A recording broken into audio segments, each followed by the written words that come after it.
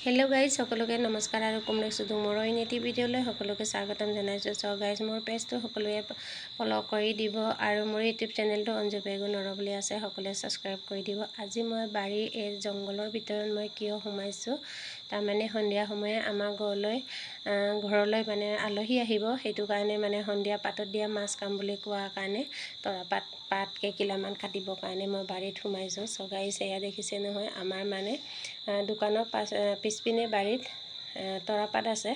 তৰাপাতেদি মানে মাছ পাতত দিলে বহুত খাবলৈ ভাল আৰু আপোনালোকে মোৰ ৰেচিপিত দেখিয়ে থাকে।